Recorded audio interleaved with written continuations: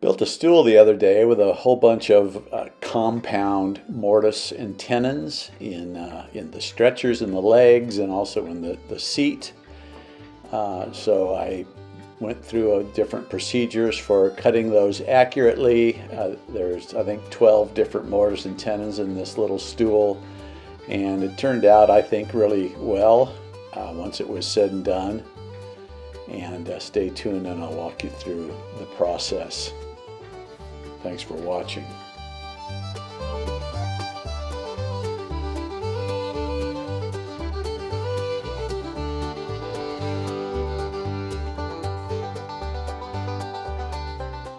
First thing I did is made the seat. This is beech. It's a nice hardwood. This is 5/4 material. That's about 7/8 thick. I glued up a couple of these. I ran it through the planer to get a smooth surface. The top's about 8 by 12. And I was going to cut a handle in the middle of it to make it easy to pick up this seat. And so I just used a 1-inch Forstner bit, drilled a little bit more than halfway through on one side using a fence to keep my holes in a straight line.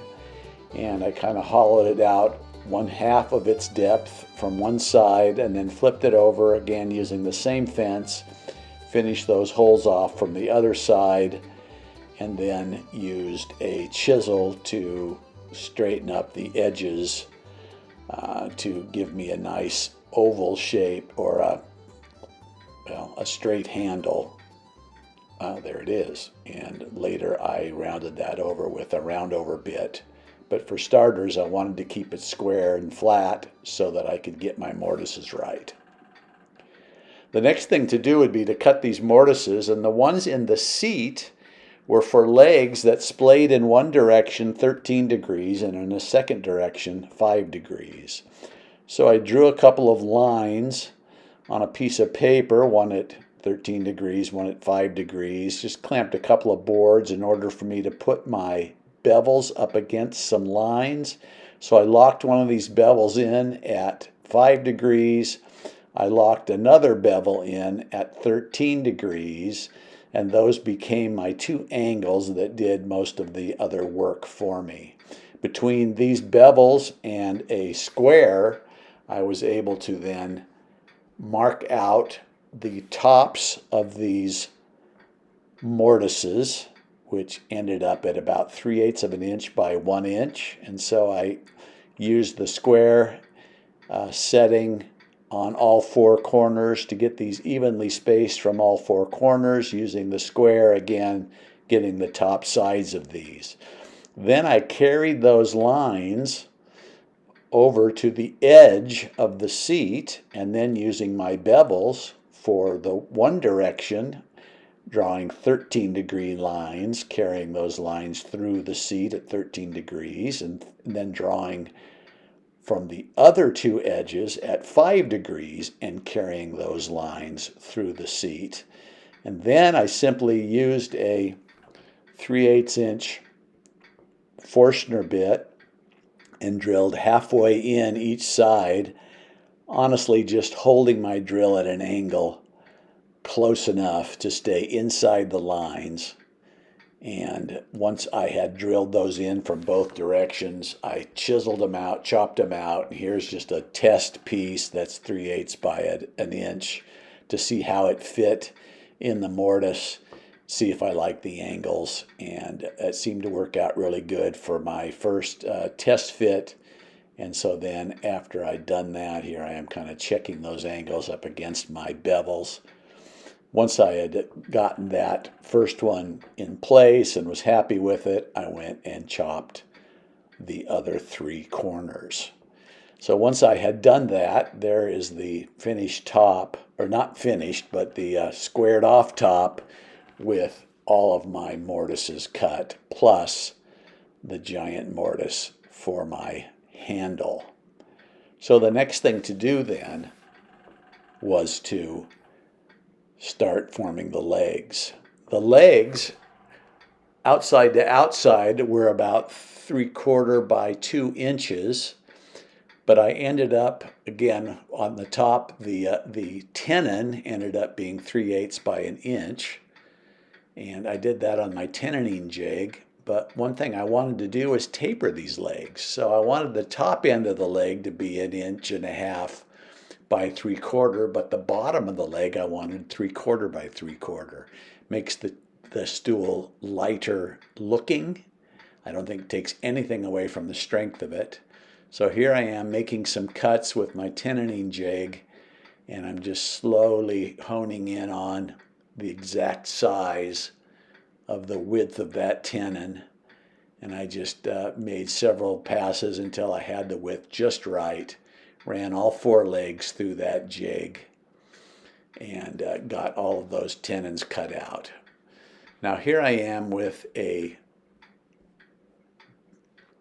tapering jig, which is nothing more than a piece of plywood and a couple of pieces of wood bolted down to it. And I've tapered those legs now and you can see the top end of the leg with the tenon sticking out there. I cut my tenons when the legs were still square because you needed a square edge to run against the tenoning jig. And once I'd done that, I then mounted those legs on this tapering jig and tapered my legs from the top at 1.5 inches by 3/4 to the bottom by 3/4 by 3/4. Then I planed them to smooth them. There are 2 edges on these legs that still had saw marks from the original cutout, and then also from this tapering I did. One thing nice about a tapered edge on a long stick like this is if you plane from top to bottom, you're like planing downhill, so to speak, and the grain is working with you. So I used a combination of a Stanley number 3 smoother and a Stanley number 81 scraper, cabinet scraper, and I got these legs really, really nice and smooth on all 4 sides. Because of the taper, I had to keep that wedge to hold that in my vise, and you'll see here once I get this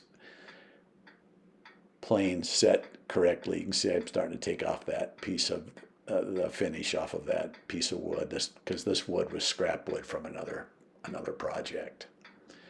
So I got all 4 legs nicely smoothed, ready honestly for finish.